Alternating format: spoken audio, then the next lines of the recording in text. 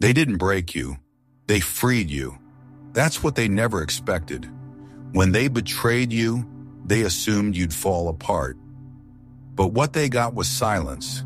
Not weakness, not rage, just quiet strength. The kind that comes when you realize their betrayal wasn't your ending. It was your beginning. The Stoics remind us, it's not what happens, but how we respond. As Marcus Aurelius said, you have power over your mind, not outside events. So don't chase explanations. Don't seek revenge.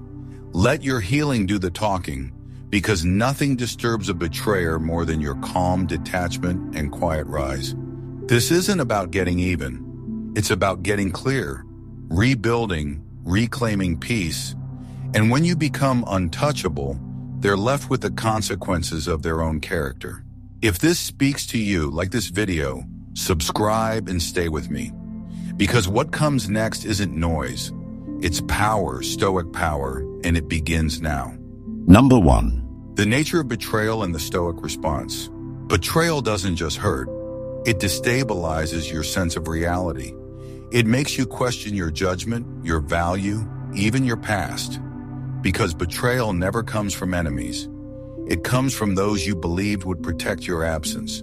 Those who once mirrored your dreams and reflected your trust. But the first lesson from Stoic philosophy is this. Their betrayal is not your reflection, it's their revelation. It unveils their fear, their dishonesty, their inability to carry the weight of integrity. And as Epictetus taught, it is not he who reviles or strikes you who insults you, but your opinion that these things are insulting. In other words, betrayal only becomes poison when you choose to drink it. This is where most people get trapped. They internalize the betrayal. They replay the scene 100 times, trying to locate their mistake, as if being loyal, open-hearted, or trusting were crimes. But the Stoic response is to pause and redirect that energy inward. What if the betrayal wasn't a sign of your inadequacy, but of their inability to match your depth, your strength, your presence? Often people betray not because you were weak, but because your strength threatened to expose their cowardice. Betrayal in this light is not personal, it is revealing. The Stoics believe that external events, like betrayal, are neither good nor bad in themselves. What makes them destructive is the judgment we place upon them. Marcus Aurelius wrote, "If you are distressed by anything external, the pain is not due to the thing itself, but to your estimate of it. And this you have the power to revoke at any moment." What does this mean in practice? It means you do not have to give betrayal more meaning than it deserves. You do not have to tie your self-worth to someone else's broken loyalty. And yet this doesn't mean you become numb. Quite the opposite. Stoicism does not ask you to suppress. It asks you to see clearly, to examine the betrayal not through the lens of emotional chaos, but with disciplined detachment. That's where your power begins to return, because in that clarity, you realize this wasn't the end.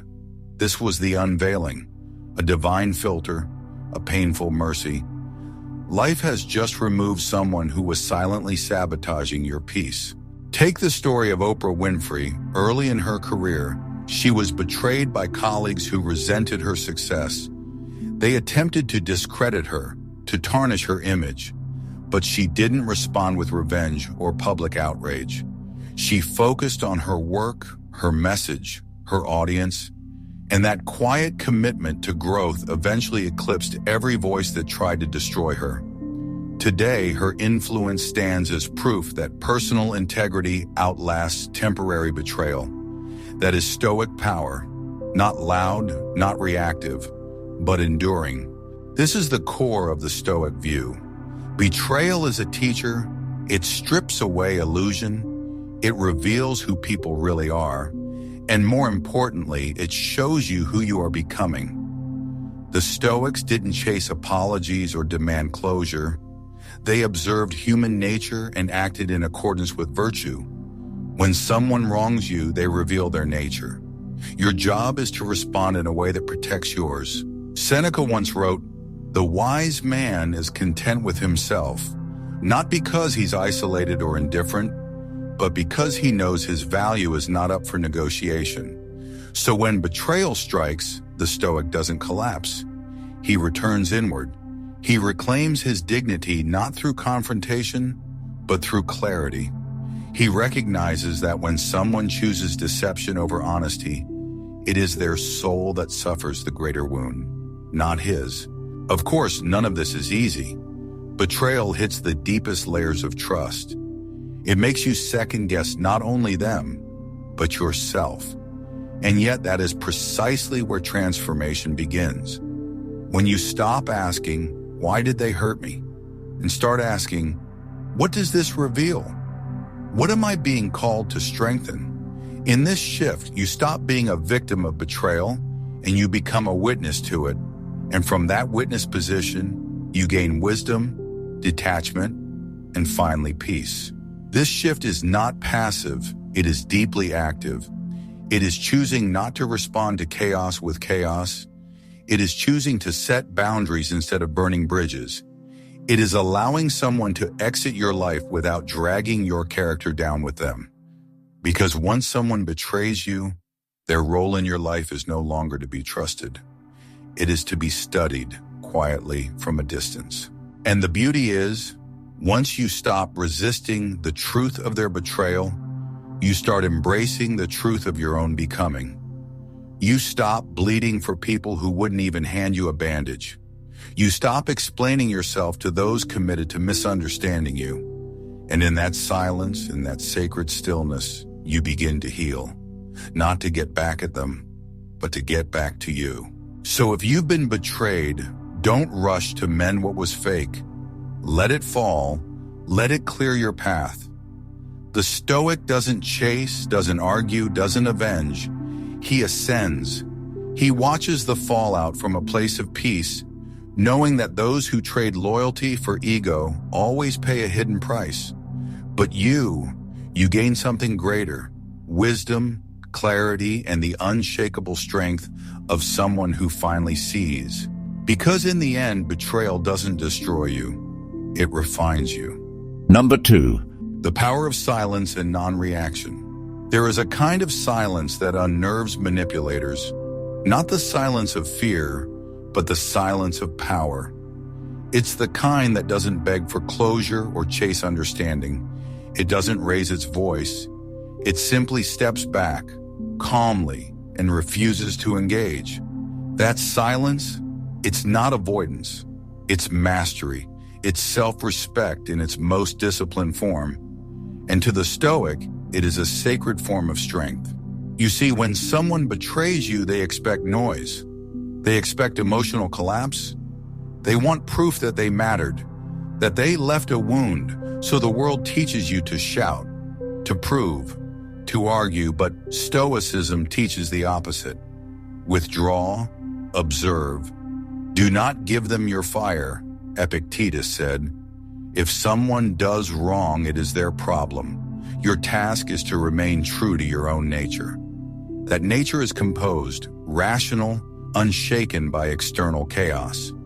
The moment you erupt, they win. The moment you go silent, you win.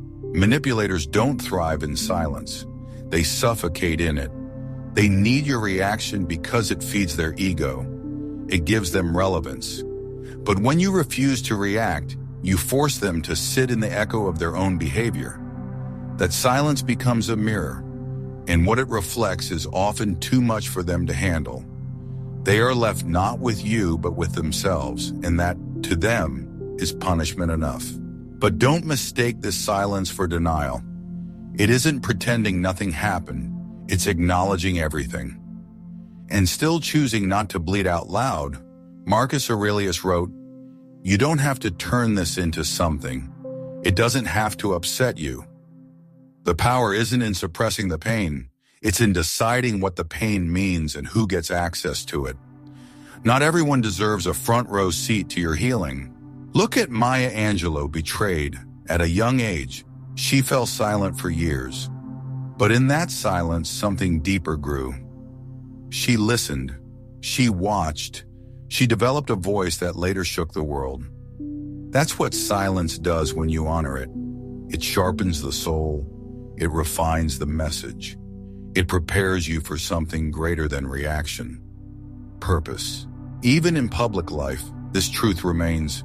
Consider Keanu Reeves, a man who's faced unimaginable loss, betrayal, and speculation, but never reacts with rage, never explains himself. Instead, he lives with quiet grace, making his absence louder than any defense could ever be. His silence has become his signature. That's the mark of someone who has stopped performing and started living in truth. Now, silence does not mean weakness. It means restraint. It means you have examined your emotions, acknowledged them, and chosen your response. Not from impulse, but from intention. That's Stoic clarity. And in a world addicted to emotional drama, this clarity feels like rebellion. But let's be honest, silence isn't easy.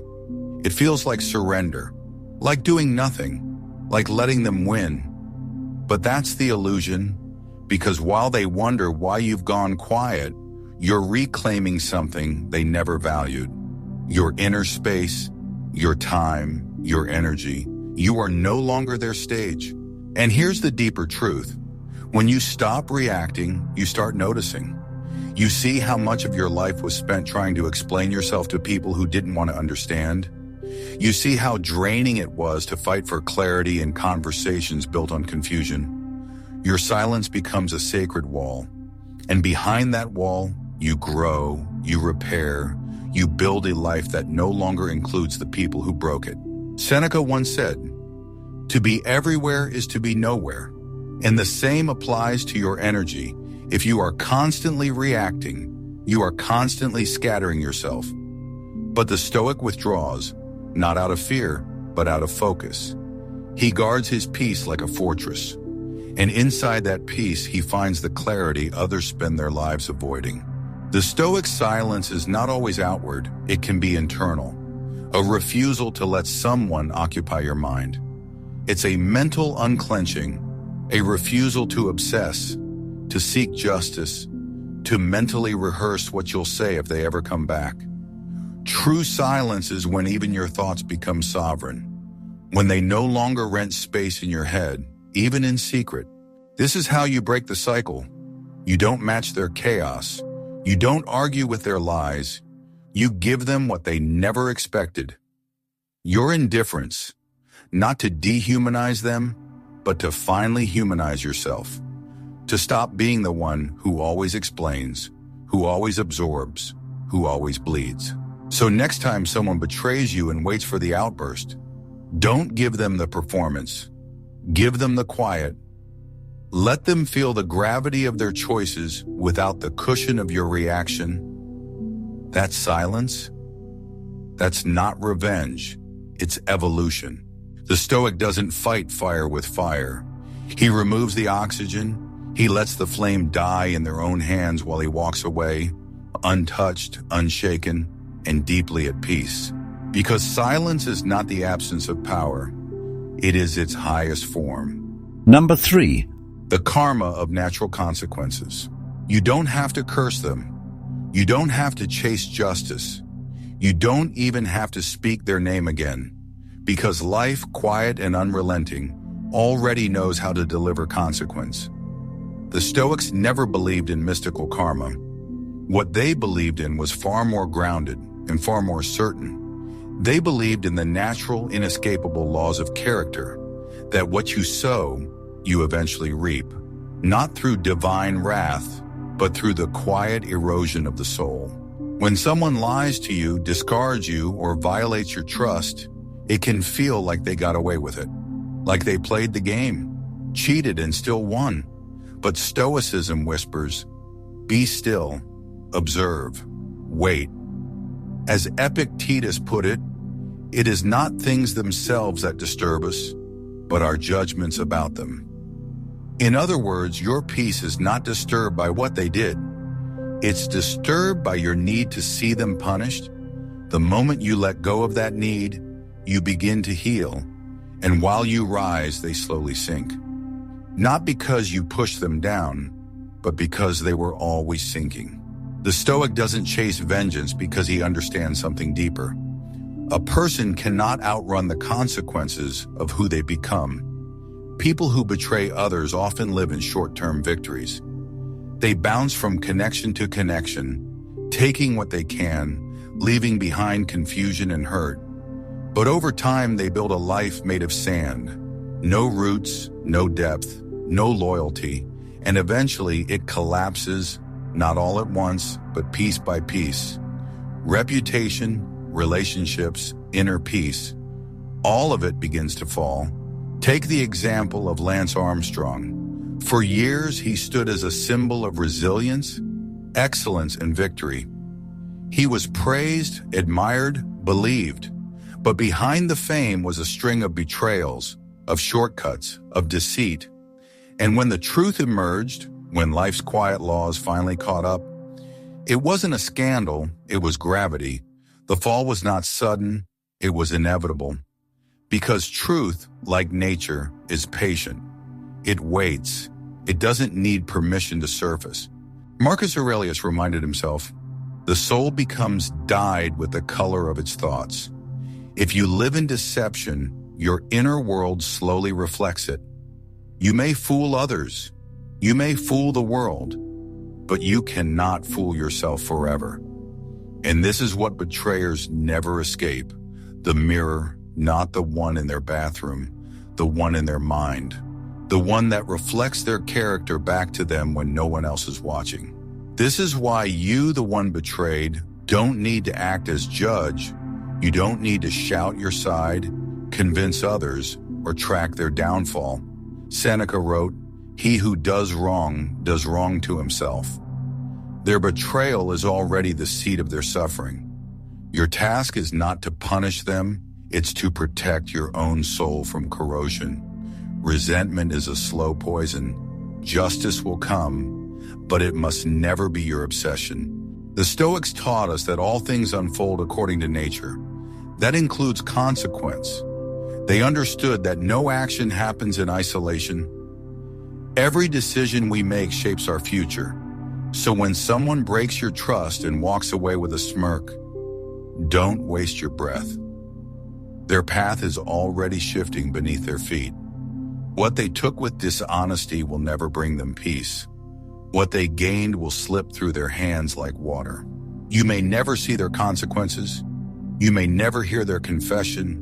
But that doesn't mean justice isn't happening. It just means it's happening where you can't see, inside them, behind the smiles, beneath the bravado. The Stoic doesn't need proof of karma. He understands that anything built on betrayal is already collapsing. And here's the deeper shift. When you stop needing to see their downfall, you rise faster. You're no longer waiting for closure. You're no longer checking their life like a scorecard. You've reclaimed your energy, and in that act alone, you've already won. Not because they lost, but because you stepped out of the cycle entirely. Oprah Winfrey once said, "The greatest revenge is success, but even deeper than success is indifference. Not coldness, not denial, but the deep clarity that says, I no longer need to monitor their outcome to validate my worth." That's when you're free. That's when the past no longer owns you. This isn't apathy, it's transcendence. You're not rising because they fell. You're rising because you chose truth, healing, and growth over bitterness. You stopped carrying the weight of someone else's character. And the moment you do that, your own character begins to shine. So let them go. Let them live in the house they built, with the lies they told, the masks they wore, and the peace they abandoned. That house may look strong from the outside, but inside, the walls are hollow, the floor is cracked, and eventually everything they built will echo with the sound of what they chose to become. And when they finally sit in that silence, they won't hear your voice. They'll hear their own, echoing, whispering what the Stoics already knew. You cannot build a life of peace on a foundation of betrayal. Because nature is never in a hurry, but it is always exact. Number 4. The true victory, peace, indifference, and your rise. There comes a point in your journey where the pain doesn't leave, but it loses its power, where the betrayal no longer defines you, where their name no longer rattles your core. That point is not reached by revenge. It is not reached by proving them wrong, confronting them, or making them understand. It is reached by peace, not a performance of peace, but the real kind, the kind that lives in silence, in detachment, in not caring whether they see your growth or not. The Stoics taught that real strength comes from within, not the loud strength of retaliation, but the quiet kind of a man who no longer needs to explain himself. Marcus Aurelius said, "You have power over your mind, not outside events. Realize this, and you will find strength." The outside event, betrayal, is not where you focus. You focus inward, because the real pain is not in what they did. It's in what you kept reliving. You replayed the scene, you analyzed every word, but eventually you reach a place where peace is not passive, it's not sitting in a field chanting affirmations. It's a decision, a boundary, a refusal, a line in the sand that says, I no longer participate in what breaks me. And that refusal, it's where your rise begins. There is a kind of silence that cannot be manipulated, a kind of calm that cannot be faked. When you stop reacting, when you no longer feel the need to explain, you become unreachable. Not because you shut people out, but because you finally let clarity in. And nothing confuses a manipulator more than being ignored by the person they once controlled. True indifference is not apathy, it's healing. It's warmth redirected inward. It's not about denying your emotions, it's about reclaiming the space they once occupied, as Seneca reminded us. No man is free who is a slave to his passions, an obsession, wanting closure, needing to be understood, chasing their validation. That's just a softer form of slavery. A prison without bars, indifference is what breaks the lock. Take Michelle Obama. She's endured some of the most targeted public attacks of any first lady in modern history. Some laced with venom, some deeply personal. But how did she respond? With dignity, with silence, with action. She never lowered herself to the level of the noise around her. She let her work speak. Her composure was her answer. And that unshakable grace is what made her untouchable. That is Stoic victory, refusing to be moved by the opinions of those who never understood your value in the first. But let's be honest, getting to indifference isn't easy. It takes discipline. It means resisting the urge to check their life, to scan for updates, to stalk their social media hoping they're worse off without you. You won't heal doing that. You only reopen the wound. True indifference is when you stop watching altogether, when their life becomes a page you no longer read, a chapter you've already outgrown. Another example? Think of Dave Chappelle. At the height of his success, he walked away, not in anger, not to prove a point, but because his peace was more valuable than fame. The world didn't understand it, but he didn't explain. He disappeared. He returned years later, stronger, clearer, funnier, because he chose silence over validation. That's indifference in action, not quitting, but recalibrating on your own terms. The Stoic doesn't seek to win arguments.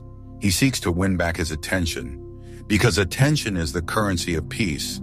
And every moment you give to someone who betrayed you is a withdrawal from your own growth. The moment you stop spending that energy is the moment your life starts compounding again, quietly, steadily.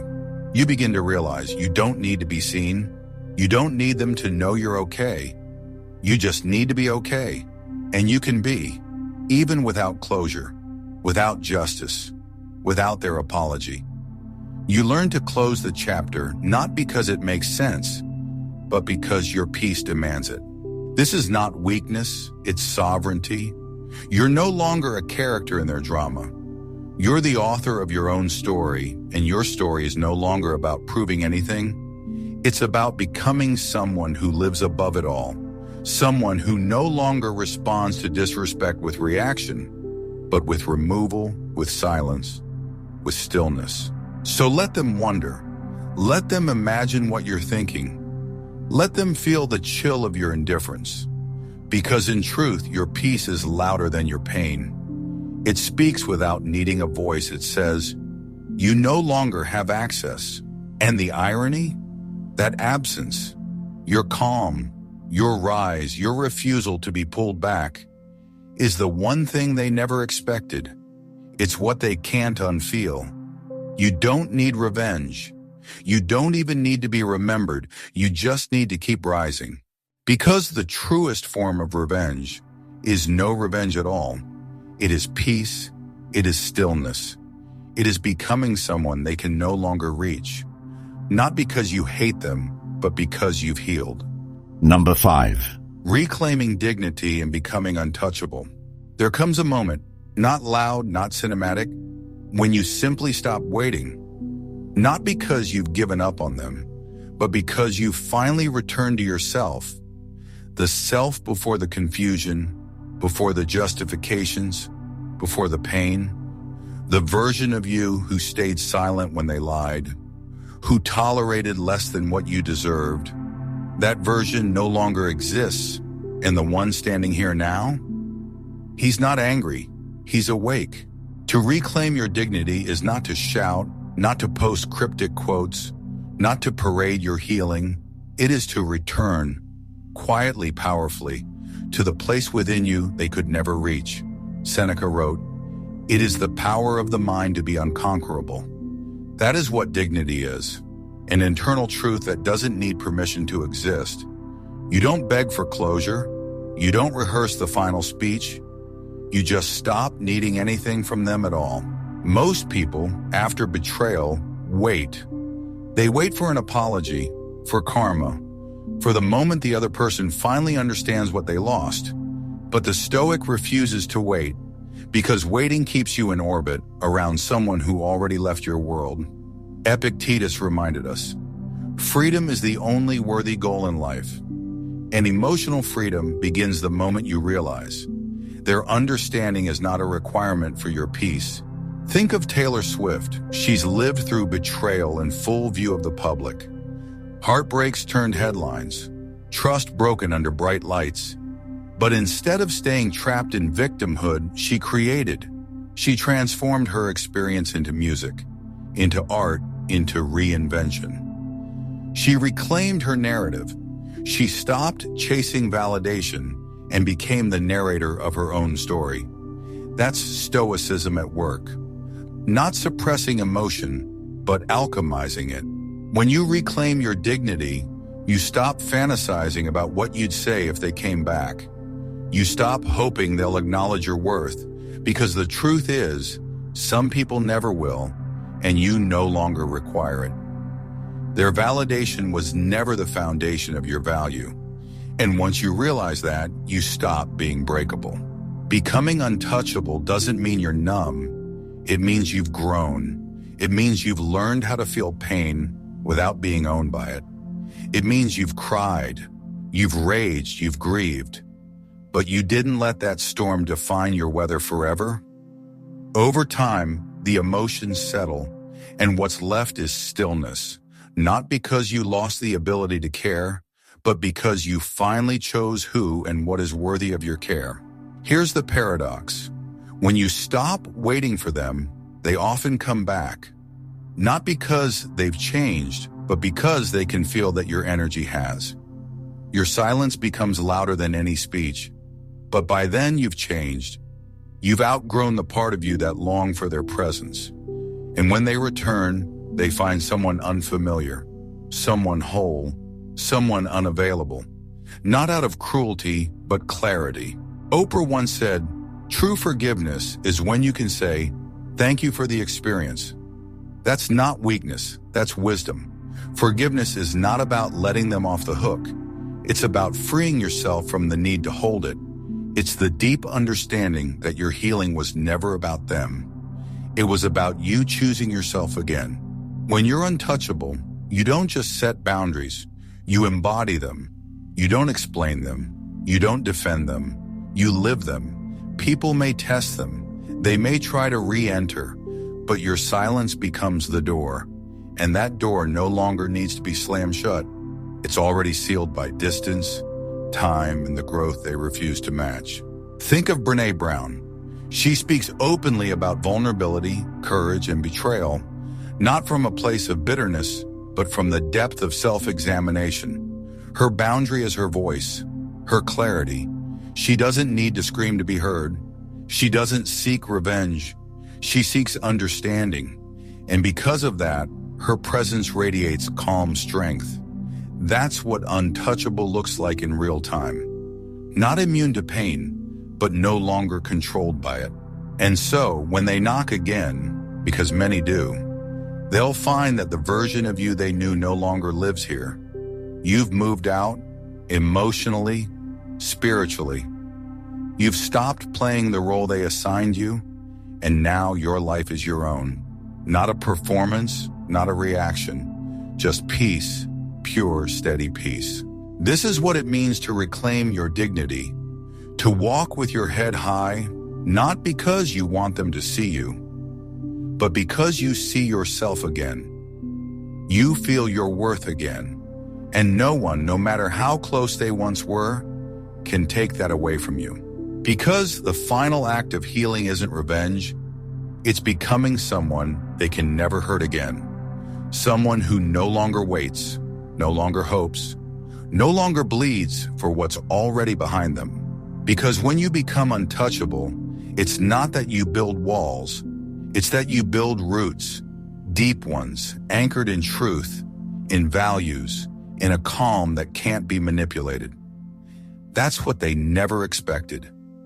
Not your rage, your silence, not your vengeance, your evolution.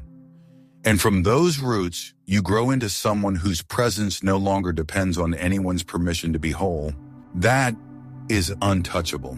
You don't rise by getting even. You rise by getting clear.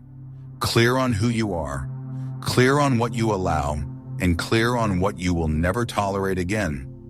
The people who betrayed you thought they ended something, but all they did was begin your transformation. You are not here to stay bitter. You are here to become untouchable, not unreachable, but unmoved, not silent out of fear, but silent out of strength. You don't need to be louder. You need to be wiser.